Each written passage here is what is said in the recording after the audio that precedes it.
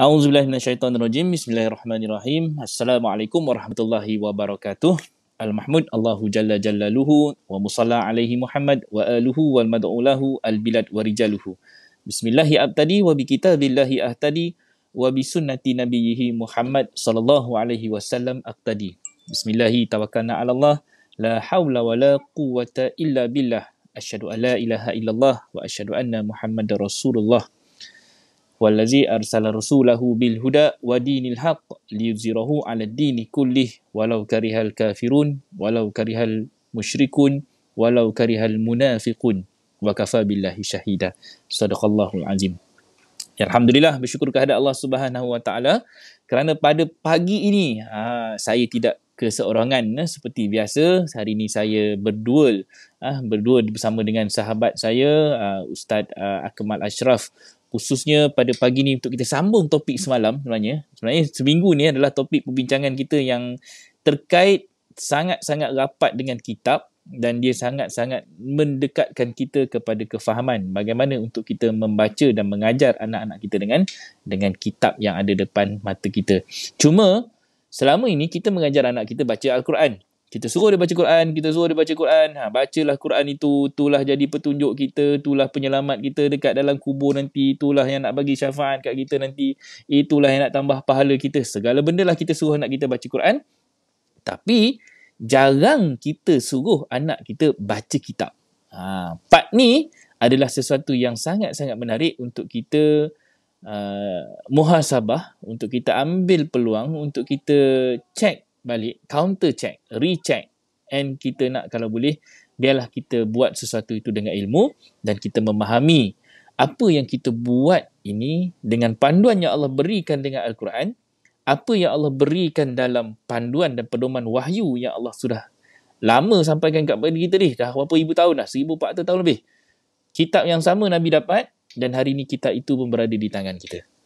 Tapi bagaimana kita menggunakan kitab tersebut sebagai satu elemen pendidikan yang Allah berikan sebagai satu syafaat, pertolongan untuk kita yang tidak ada Rasul di zaman kita lagi, tidak ada Nabi lagi di zaman kita, tetapi bagaimana kita diperintahkan, dituntut untuk beriman dengan kitab tersebut, meyakini seluruh isi kandungannya, mempercayai setiap kalam-kalam yang ada di dalam Al-Quran tersebut sebagai pedoman dan petunjuk kepada kita semua. Jadi ini adalah satu benda yang sangat besar kerana dia terkait dengan rukun iman kita, terkait dengan salah satu daripada unsur yang sangat penting dalam mendidik jiwa kita untuk kembali kepada Allah. Dan insya-Allah kita nak, kalau boleh kita faham. Dalam surah 17 ayat 14 contohnya, surah Al-Isra 17 ayat 14, Allah kata Iqra' kitabaka. Itu satu perintah tu. Bacalah kitab kamu. Bacalah kitab engkau. Jadi kitab itu, adakah kita nak membaca kitab amalan? Walaupun sebelum itu ada ayat-ayat yang menyatakan tentang apa yang akan berlaku di akhir zaman, setelah kiamat, kita akan diberikan kitab kita di sebelah tangan kanan ataupun tangan kiri. Kan? Ada ceritanya begitu.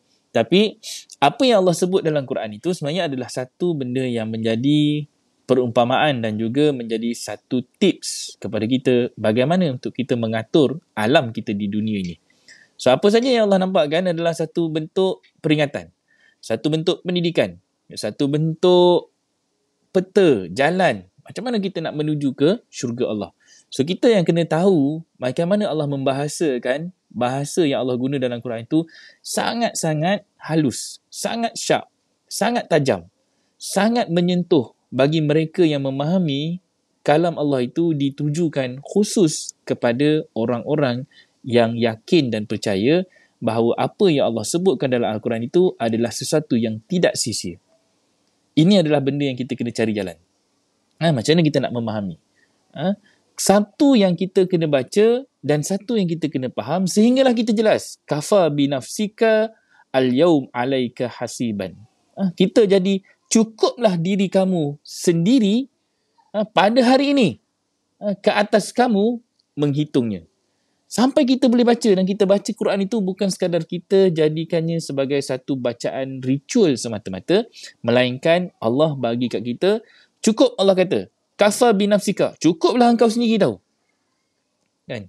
Apa yang kita buat dekat dunia hari ni? Muhasabah balik. Perbuatan kita, tindakan kita, kan? Ibadah kita, solat kita, zakat kita, haji kita, umrah kita, apa saja yang kita buat, yang kita katakan kita mengaku sebagai Islam, yang kita akui kita ni sebagai seorang yang beriman, adakah betul kita ni beriman?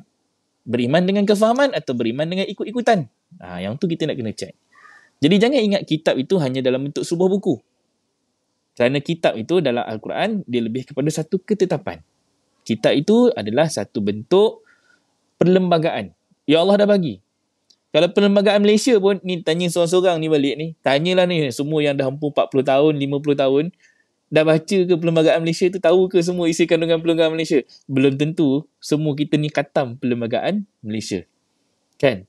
Apa yang ada dalam tu? Fasal berapa? Kan? Apa saja yang disebut dalam tu? Belum tentu kita jadi orang yang mampu. Tanya rukun negara. Rukun negara pun nak menjawab apa semua.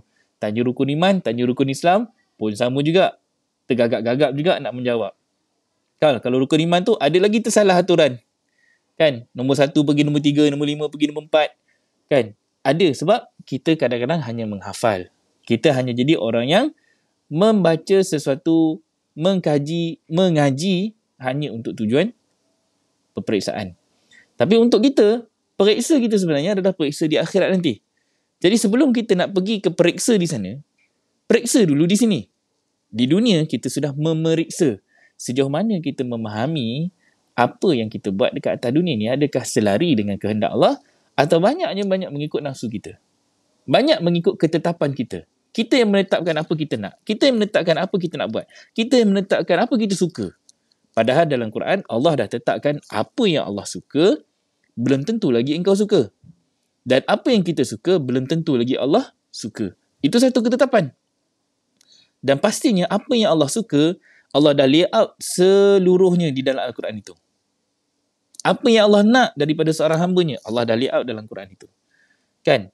Jadi, adakah kita ini sedang berjalan di atas muka bumi ini selari dengan apa yang Allah dah tetapkan? Atau kita semakin jauh daripada apa yang Allah sudah perjelaskan? So, ini semua adalah satu benda yang kita nak kena, bukan ajar anak kita saja, kita sendiri pun nak kena didik balik diri kita untuk kembali merapatkan diri kepada kitab dan sunnah yang Nabi sampaikan. So, kitab dan sunnah adalah satu benda yang seiring. Apa? Sunnah adalah sesuatu yang akan menjadi satu pattern. Pattern yang akan berulang-ulang. Zaman Nabi benda tu berlaku, wajib lagi fardu zaman kita pasti berlaku. Kalau kata daripada zaman Adam sampailah kepada zaman Nabi Muhammad, semuanya sudah pun dikumpulkan. Kejahilan umat, kebatilan umat, kerosakan umat, keburukan-keburukan yang ada pada umat-umat terdahulu, semuanya hari ini di-layoutkan balik kepada kita. Diuji, dilambakkan depan mata kita. Zina bersepah, anak haram bersepah, anak luar nikah, anak tak sah taraf. Whatsoever yang kita nampak pada hari ini, sumbang mahram, haruan makan anak, seks bebas, dah jadi bersepah depan mata kita. Taklah nak tadah dah.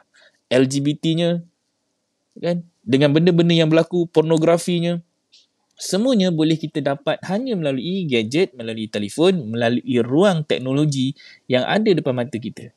So, adakah kita hari ini sekadar nak menjadi manusia yang hanya duduk sahaja, tengok apa yang sedang berlaku ini, atau kita nak jadi seorang yang bangkit untuk melakukan satu perubahan, bangkit untuk menetapkan satu agenda pembaikan.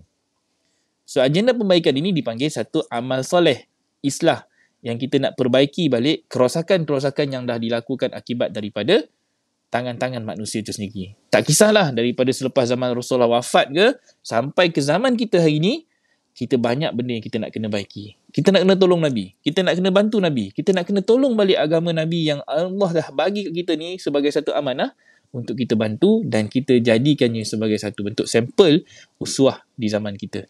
Macam mana nak bantu? Nak bantu Allah, bantulah diri sendiri. Allah tak mengharapkan kita. Dan Allah pun cakap dah, aku tak perlukan engkau. Bahkan engkau yang memerlukan aku.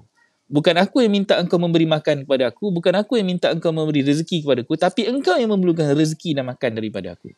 So, kita ni sebenarnya memerlukan Allah. Allah pada kita is nothing. Kalau engkau nak jadi orang yang menyembah Allah pun, Allah terima. Engkau nak jadi orang yang kafir pun, Allah tetap bagi kita rezeki. Allah tetap bagi kita anak. Allah tetap bagi kita kaya. Allah tetap bagi kita makan hari-hari. Allah tetap bagi kita nyawa. Allah tetap bagi kita pakaian. Allah tetap bagi kita dapat apa yang kita nak. Tapi kita akan dapat haban dunia lah. Haban akhirat, belum tentu lagi kita akan jadi hamba yang Allah redai. So ini adalah satu jalan yang kita sedang pilih, sangat halus, kerana Al-Quran itu sangat-sangat sharp. Kerana Al-Quran itu sangat-sangat besar.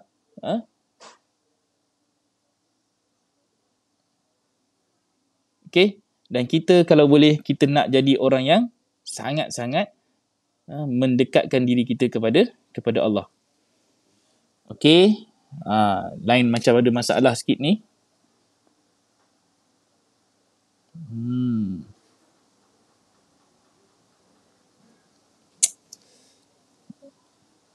Okay. Kita kena stop sekejap.